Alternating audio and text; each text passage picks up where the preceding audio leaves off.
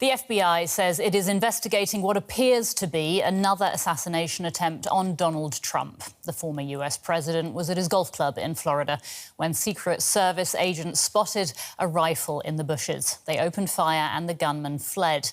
Trump says he is safe and says that nothing will slow him down. US media are reporting that a 58-year-old man from Hawaii is now in custody. Authorities surrounded this vehicle after it was reportedly seen fleeing Donald Trump's Florida golf course, detaining a suspect in what the FBI has called an apparent assassination attempt. The attempt seemingly foiled after Secret Service agents spotted a rifle sticking through a fence a few hundred meters from where Trump was playing. The Secret Service agent that was on the course did a fantastic job. What they do is they have an agent that jumps one hole ahead of time to where the president was at. And he was able to spot this rifle barrel sticking out of the fence and immediately engage that individual, at which time the individual took off. Authorities say an AK-47 style rifle with a scope, 2 backpacks and a GoPro camera have been recovered from the golf course perimeter. A witness reportedly spotted the suspect fleeing the scene and took photos of the car and its license plate. That information led authorities to stop the car driven by the suspect. U.S. media reports have identified the man in custody as Ryan R., a pro-Ukraine activist. Police were spotted searching his former home in North Carolina, where he resided most of his life before moving to Hawaii. A neighbor in Hawaii said he was shocked to hear the news. Every interaction we had with him was very welcoming and kind. But if he did have anything to do with it, it's very, very shocking to us. Donald Trump's convoy was seen leaving the area, and he was quick to announce that he was okay. In a post on Truth Social, Trump thanked the Secret Service and others for keeping him safe. This appears to be the second attempt on Trump's life in as many months. Speaking to reporters after the latest incident, the Secret Service warned the threat level was high. We have increased the amount of assets that we've supported, so we live in danger times. His presidential rival, Kamala Harris, said in a statement that she was deeply disturbed by the possible assassination attempt. She said, "I condemn political violence."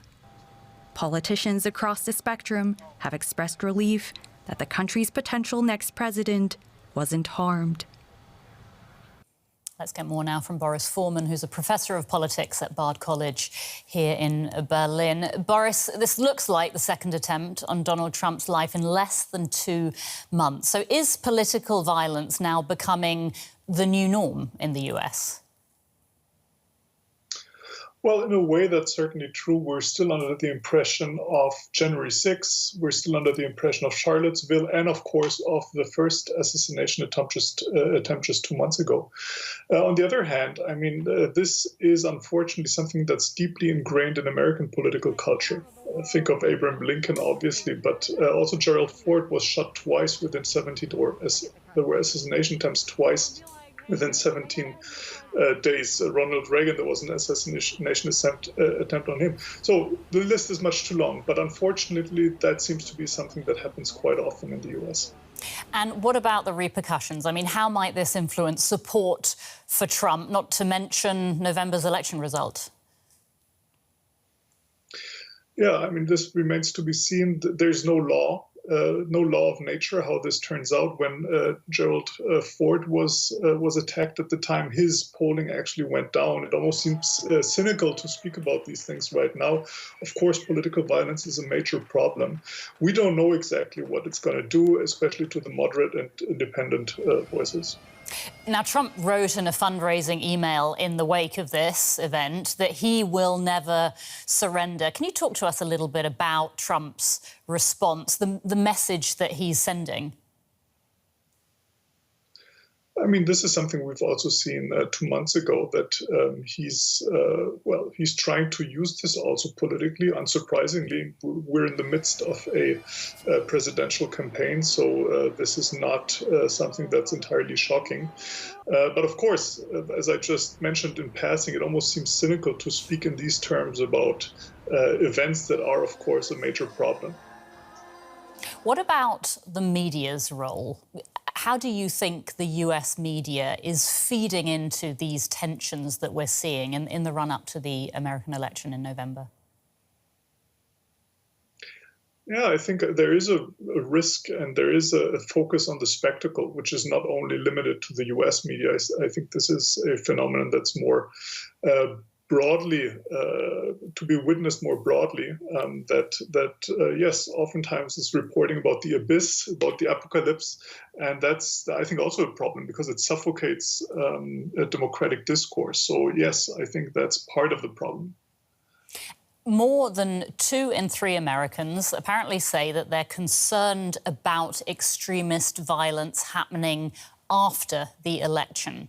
Is it likely that we're going to be seeing more of this in the future?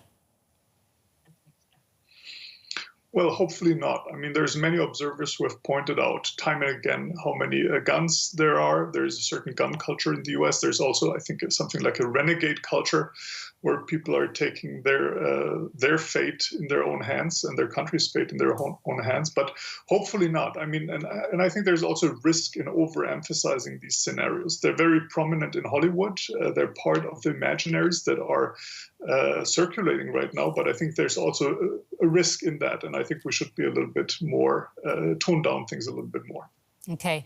If we take a step back, look at the bigger picture, can we draw any global parallels here? I mean, broader sort of global shifts towards instability, uncertainty in the way that we're seeing in the US here?